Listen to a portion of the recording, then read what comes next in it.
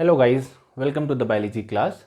So in this today's session, we will be discussing about class 10th life processes human respiratory system. So as you see in front of you is a diagram of the human respiratory system. First of all, you should understand why this system is meant. Respiratory system की ज़रूरत क्यों है? तो it is meant for intaking of oxygen plus release of carbon dioxide. तो जो हमारे respiratory system का main purpose है वो क्या है? It helps in the intaking of oxygen और कार्बन डाइऑक्साइड का रिलीज करना. Now let's recall a bit. Respiration is a essential life process. Respiration essential life process है. आपको याद होगा हमने कहा था डाइजेशन से या न्यूट्रिशन से ग्लूकोज बना. ये ग्लूकोज बॉडी के हर सेल तक जाता है. अब जब भी किसी सेल को एनर्जी की रिक्वायरमेंट होगी तो वो क्या करेगा? इस ग्लूकोज को तोड़ेगा. सेल के अंदर क्या होगा? ग्लूकोज का ब्रेकडाउन होगा and this breakdown basically occurs in the presence of oxygen. और इससे क्या होगा? कार्बन डाइऑक्साइड बनेगी, साथ में एनर्जी भी फॉर्म होती है अलॉन्ग विद वाटर. तो ये एनर्जी तो सेल यूज करेगा अपने डेवलपमेंटल पाथवेज के लिए. अब यहाँ पे एक वेस्ट बना है carbon dioxide. And if you have observed यहाँ पे ग्लूकोज किसकी प्रेजेंस में टूट रहा है? ऑक्सीजन की प्रेजेंस में टूट रहा है. तो there had to be a mechanism जिसकी वजह से सबसे पहले बॉडी के अंदर ऑक्सीजन पहुंचे और बॉडी से बाहर कार्बन डाइऑक्साइड का रिमूवल हो. तो जो ऑर्गन्स आर रिस्पॉन्सिबल और are involved in the intaking of oxygen and the release of carbon dioxide, या the site in our body where which the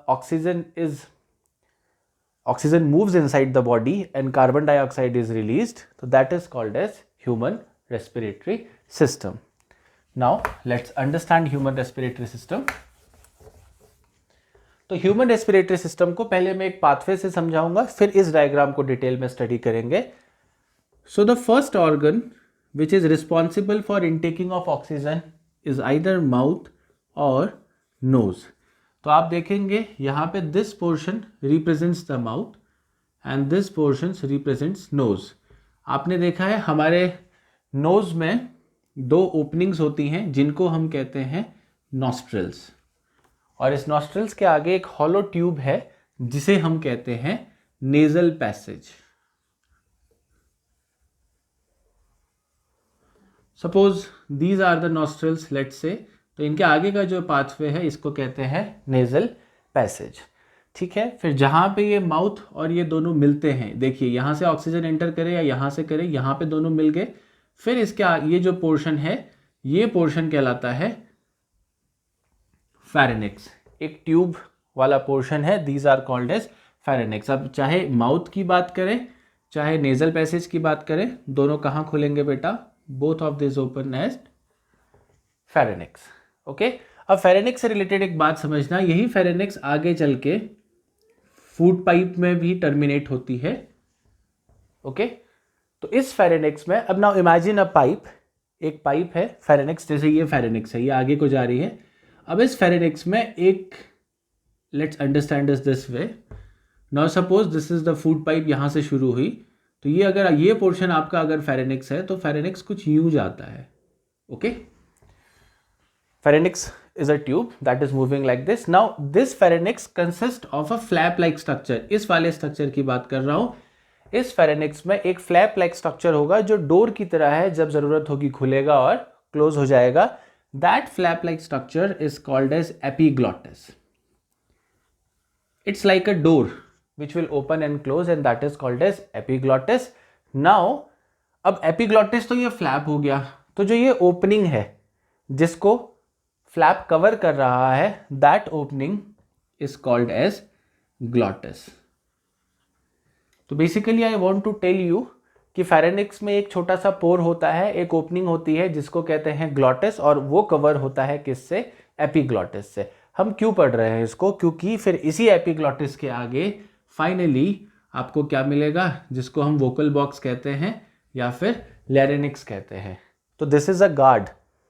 ये एक ओपनिंग है जो किसको गार्ड करती है? रेस्पिरेटरी सिस्टम के एंट्रेंस को गार्ड करती है. तो यहां पे आ गया आपका larynx, which we also called as vocal cord या vocal box या voice box which is responsible for the production of sound.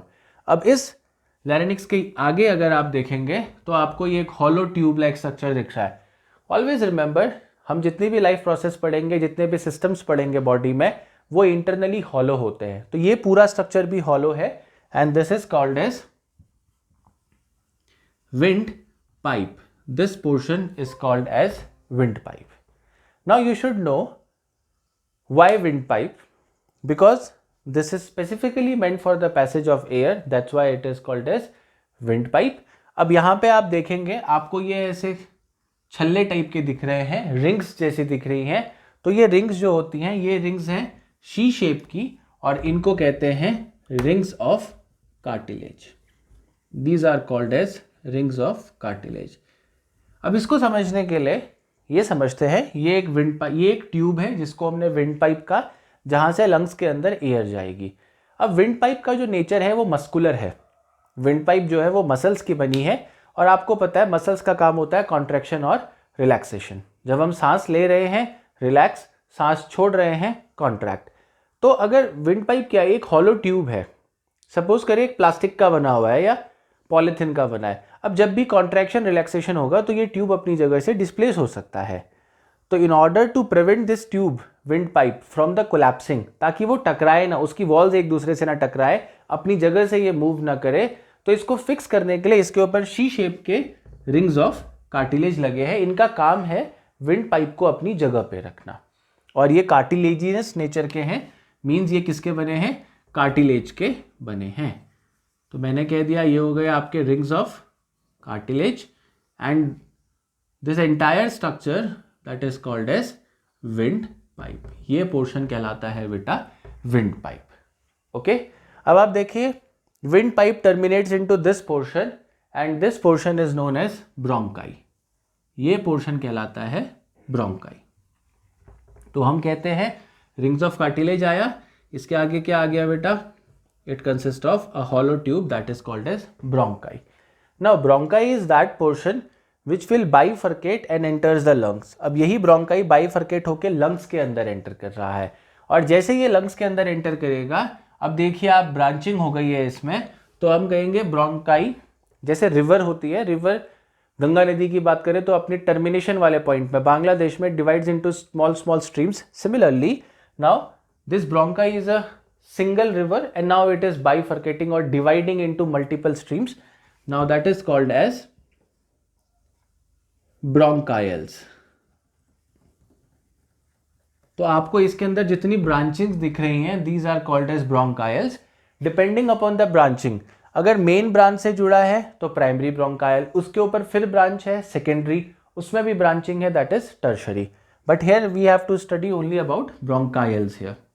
Okay, now each bronchioles, अब आप देखिए you must have eaten grapes. अगर आप ग्रेप्स में देखेंगे तो आपको क्या ऐसे वुडन स्ट्रक्चर होते हैं ग्रेप्स में. सपोज ये वुडन स्ट्रक्चर्स हैं और इनके एंड में आपको यहाँ पे ग्रेप्स लगे रहते हैं. Similarly there is so much of branching inside the lungs and each branch terminates into sac like structures which are called as alveolus or alveolar सैक्स. सैक्स मतलब होता है ये बलून लाइक स्ट्रक्चर है बेटा, जो अंदर से हॉलो है. Okay, and where they are present at the terminating end of the bronchioles. Bronchioles के बिल्कुल एंड में देखिए, इस एंड में क्या प्रेजेंट है, एल्वेलर सैक्स प्रेजेंट है. तो अब अगर हम बात करें तो जो ये वाला पोर्शन है ब्रोंकायल और alveolar sac, this portion is basically located inside the lungs. ये पोर्शन किसके अंदर पाया जाता है, this portion is found inside the lungs. Lungs की बात करें तो आप देखेंगे लंग्स डबल मेम्ब्रेन स्ट्रक्चर हैं. हमारे नेक के नीचे का जो पोर्शन होता है उस पोर्शन को कहा जाता है थोरैसिक कैविटी. तो लंग्स जो हैं वो हमारे थोरैसिक कैविटी में पाए जाते हैं. You should know this. Plus आप देखेंगे लंग्स में डबल मेम्ब्रेन है, तो these are called as pleural membrane. इन्हें कहा जाता है प्लूरल मेम्ब्रेन्स. इन मेम्ब्रेन के बीच में एक फ्लूइड प्रेजेंट होगा जिसको प्लूरल फ्लूइड कहते हैं. इस फ्लूइड का जो मेन काम होगा, अगर सडन कोई फ्रिक्शन होता है, दोनों वॉल्स के बीच में फ्रिक्शन को अवॉइड करना, सडन कोई मूवमेंट होती है या मैं कहूँ किसी प्रकार का शॉक लगता है, तो इस लिक्विड का काम है कि ये लिक्विड क्या करेगा, शॉक एब्जॉर्बर का काम करेगा, ताकि जो इंटरनल लंग्स के हिस्से हैं it shouldn't get damage. Okay, तो its job is basically protective in nature, it absorbs any sort of shock. ठीक है, तो हमने कह दिया प्लूरल फ्लूइड है और इसका काम क्या है, शॉक एब्जॉर्बर। अब अगर थोड़ा सा एनाटमी समझें तो समाउ here we are two lungs are present. अगर आप इस डायग्राम में देखेंगे तो बीच में हार्ट है। इस हार्ट के होने की वजह से, हार्ट बिल्कुल सेंट्रली लोकेटेड नहीं होता है, थोड़ा सा लेफ्ट पोर्शन की तरफ होगा हार्ट हमारे बॉडी में। तो इस हार्ट की वजह से हमारा एक लंग का साइज बड़ा होता है और दूसरे लंग्स का साइज छोटा होता है। तो basically our right lung it is a bit larger as compared to the left one. Okay, now this is all about the respiratory system. अब एक दो बातें यहाँ पे समझने वाली हैं। जब हम ब्रोंकाई की बात करते हैं, सपोज करो दिस इज ब्रोंकाई, इस ब्रोंकाई में हेयर लाइक स्ट्रक्चर प्रेजेंट होते हैं जिसको हम सिलिया कहते हैं। In this bronchi plus some hairs are present in the nasal passage also यहाँ पे। और दूसरी बात, यहाँ पे जो ये लाइनिंग है इसको हम म्यूकस कहते हैं, जो इंटरनल लाइनिंग है, मतलब हमारे नॉस्ट्रल्स की, जैसे नॉस्ट्रल्स है, हॉलो पोर है, सपोज करो these are the nostrils, this is a passage. तो ये वाली जो लाइनिंग है अंदर की तरफ को सबसे बाहर, this is lined by mucus. तो इस म्यूकस का काम है, the basic job of mucus is कि ये हमारे जो एयर हमारे बॉडी के अंदर जा रही है उसका टेम्परेचर बॉडी के अकॉर्डिंग एडजस्ट करती है। Suppose it is quite chill outside, very cold, तो आपको पता है कि हमारे बॉडी का एवरेज टेम्परेचर 37 है। तो इस म्यूकस का जॉब होगा कि जो एयर अंदर जा रही है उसको हमारे बॉडी के एवरेज टेम्परेचर के आसपास एयर को कन्वर्ट करे, क्योंकि बाहर ठंडा है तो हमारे अंदर कोल्ड एयर एंटर करेगी, कोल्ड एयर हमारे लंग्स को डैमेज कर सकती है, तो उसको प्रोटेक्ट करने का काम है, उसको उस एयर के टेम्परेचर को मेंटेन करने का काम है म्यूकस का। Similarly if there is too much hot outside, तो बाहर से जो एयर हमारे बॉडी में एंटर करेगी वो ज़्यादा टेम्परेचर होगी। तो म्यूकस का काम यह है कि जब इस नेजल पैसेज में से एयर पास करेगी तो उस एयर के टेम्परेचर को कम कर देगा। ओके, सेकेंड इज प्रोटेक्ट, ये आ गया, इसका फंक्शन जो है प्रोटेक्टिव ही है। जो यहाँ पे हेयर्स है इनका काम होता है जो एयर हम इनहेल कर रहे हैं उसमें से डस्ट पार्टिकल को रोक देना। सेम काम यहाँ पे सिलिया का होता है, एयर में जो भी डस्ट पार्टिकल्स हैं, हार्मफुल पैथोजेंस हैं, स्पेशली पैथोजेंस की बात करूंगा, कोई हार्मफुल केमिकल एयर से अगर हमारी बॉडी में एंटर कर रहा है तो ब्रोंकाई में जो सिलिया होते हैं, their basic job is to trap this micro organisms और chemicals which are present in air and to kill them. Now the people who smoke, जो लोग स्मोकिंग करते हैं, एक सबसे बड़ा उनका लिमिटेशन ये हो जाता है कि स्मोकिंग के जो धुएं से उनका सिलिया डैमेज हो जाता है। तो now they are more prone to attacks of the micro organism. This is one such reason कि in the long term smoking can cause cancer, because अगर ये वाले हेयर्स डैमेज हो गए तो कोई भी जो माइक्रो ऑर्गेनिज्म या हार्मफुल केमिकल है वो सीधा हमारे एल्वेलर सैक में डिपॉजिट हो जाएगा and then it can cause diseases. Okay, so this is all about the human respiratory system. अभी मैंने इसमें एक पोर्शन को मिस किया है, that is this is diaphragm. और अगर एल्वेलर सैक आपको समझ ना आए हो, this portion represents the alveolar sac. ये जो नीचे वाला स्ट्रक्चर है इसको डायफ्राम कहते हैं, इसको मैं अलग से समझाऊंगा इनका फंक्शन क्या है। So this is, first of all, this is just about the respiratory system। तो आपको ये पता लग गया कि हमारे बॉडी में एंट्री पॉइंट्स कहाँ से हैं, एयर कहाँ से एंटर करेगा, then through which portion it moves. Now let's focus on the main portion of the respiratory system, that is alveolar sac. Let's discuss that.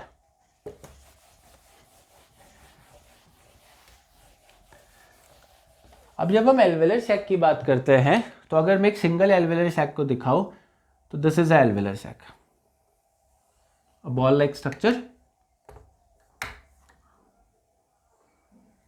This is a alveolar sac. Okay, और alveolar sac की जो ये membrane होती है, मैं जैसे for example ये इसको एनलार्ज करके दिखा रहा हूँ, ये काफ़ी थिन मेम्ब्रेन होती है, बहुत पतली, जैसे बलून होता है सेम वैसे ही इसकी मेम्ब्रेन भी काफ़ी थिन होती है। और ये एल्वेलर सैक के आगे, मतलब इस पोर्शन में, इनके आगे ये वाले पोर्शंस में, it is in contact with the blood capillaries. यहाँ पे ब्लड कैपिलरीज होती है, तो आपको पता है ब्लड कैपिलरीज क्या है, ब्लड कैपिलरीज ब्लड को कैरी करेंगी। तो बेसिकली मैंने कह दिया इसमें जो फ्लूइड है वो ब्लड है। अभी मैं आपको खाली ब्लड में दो कंपोनेंट्स को दिखाऊंगा, this is RBC and this is the portion, liquid portion of blood, that is called as plasma.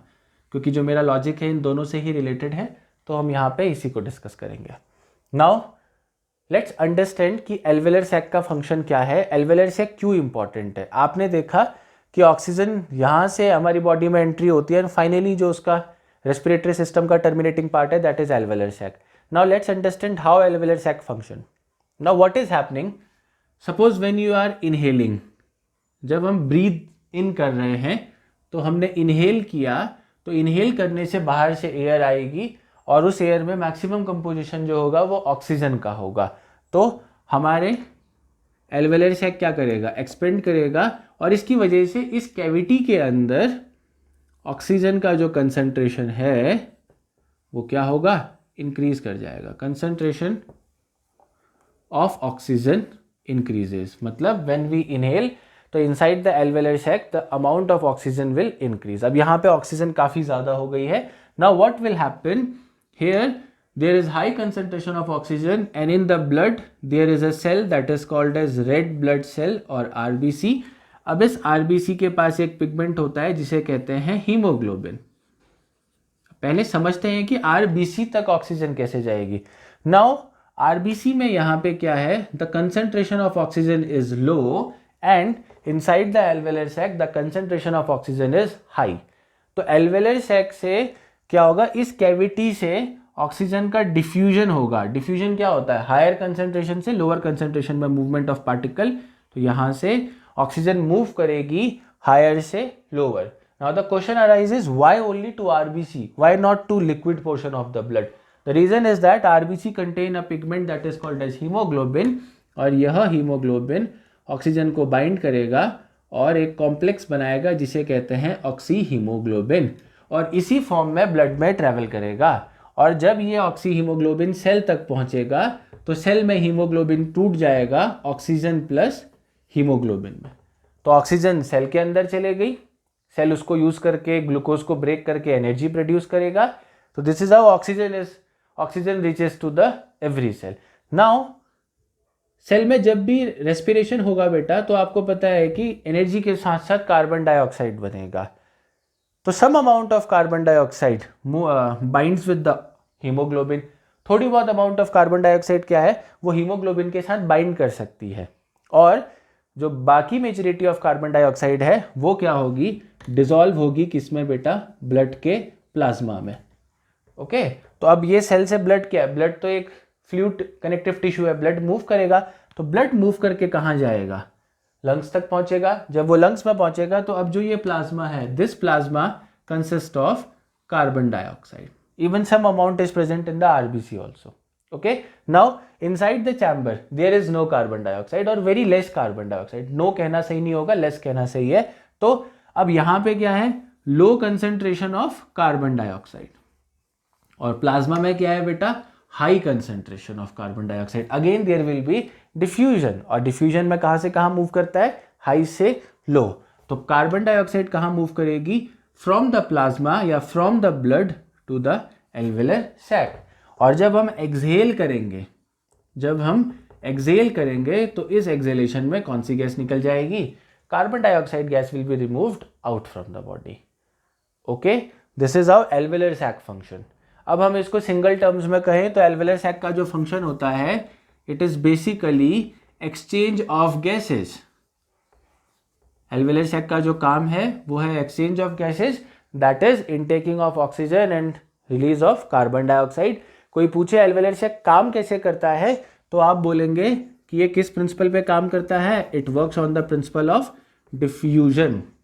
Okay और याद रखना यहाँ पे डिफ्यूजन के लिए एक रिक्वायरमेंट होती है कंसंट्रेशन ग्रेडियंट। तो आपने देखा कि कंसंट्रेशन कैसे, कहाँ पे ज़्यादा है कहाँ पे कम है। दूसरा एक और याद रखना, डिफ्यूजन अगर किसी भी सरफेस के अक्रॉस हो रहा है तो एक रिक्वायरमेंट होती है कि वो सरफेस बहुत थिन होना चाहिए। इसीलिए मैंने आपको कहा था कि एल्वेलर सैक की जो वॉल होती है वो काफ़ी थिन होती है, it is very very thin walled so that the diffusion can occur easily. So this is about the function of alveolar sac. Now let's move on to the last part of human respiratory system. We have discussed this, we have discussed all the other parts. Now let's discuss about this muscular structure that is called as diaphragm.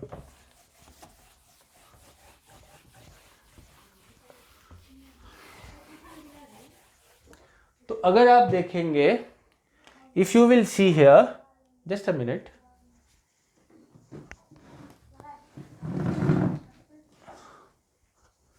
All right, if you will see here, there at the base of the lungs, there is a muscular structure that is called as diaphragm. Suppose if these are the lungs, let's just assume, and this muscular structure, lungs के नीचे जो base होता है, इसे कहते हैं बेटा diaphragm. This muscular structure is called as diaphragm. Now, diaphragm has a very direct role in respiration or in the process of intaking of oxygen. Diaphragm एक बहुत इंपॉर्टेंट रोल प्ले करता है. Let's understand this role. मैंने कहा diaphragm का जो nature है वो कैसा है बेटा, मस्कुलर स्ट्रक्चर है. और जब भी मैं मस्कुलर स्ट्रक्चर कहूँ, always remember muscles have got to function. First is relaxation and the second is contraction, सिकुड़ना और फैलना. That is the basic job of muscle. Now how this contraction and relaxation is helping in respiration और human respiratory system, let's understand. मैं कहता हूं diaphragm का जो function होता है ये हेल्प करता है, helps in maximum inhalation and exhalation. ये मैक्सिमम इनहेलेशन और किस में हेल्प करता है, एक्सहेलेशन में हेल्प करता है. समझते हैं इसका मतलब क्या है. मैक्सिमम इनहेलेशन और एक्सहेलेशन मतलब maximum intake of oxygen and maximum release of carbon dioxide. Now let's understand how. Suppose if the diaphragm is in contracted state, अगर diaphragm contracted है, खिंचा हुआ है, suppose this is the diaphragm, और अगर आपने इसको खींचा, suppose this is a rubber like structure और आपने इसको खींचा, तो खींचने से क्या होगा, ये हो गया diaphragm contract. Let's say अगर ये contract हो गया तो ये किसकी बेस है, lungs का बेस है ये, तो इसकी वजह से क्या होगा, lungs का मैक्सिमम एक्सपेंशन होगा, लंग्स सबसे ज़्यादा फैलेगा. अगर लंग्स का मैक्सिमम एक्सपेंशन होगा तो what will happen, there will be maximum inhalation. अब लंग्स का एरिया बढ़ गया है, और अगर लंग्स का एरिया बढ़ गया है तो लंग्स का एरिया बढ़ने से क्या बेनिफिट होगा, मैक्सिमम ऑक्सीजन की एंट्री होगी लंग्स के अंदर. तो मैंने कहा जब डायफ्राम कॉन्ट्रैक्ट है तो क्या होगा, लंग्स क्या करेंगे, लंग्स विल एक्सपैंड. और जब लंग्स एक्सपैंड करेंगे बेटा तो क्या होगा, मैक्सिमम इनहेलेशन. मैक्सिमम इनहेलेशन होगा तो उससे क्या होगा, मैक्सिमम इनहेलेशन से क्या होगा, कंसंट्रेशन या फिर amount of oxygen increases in the lungs.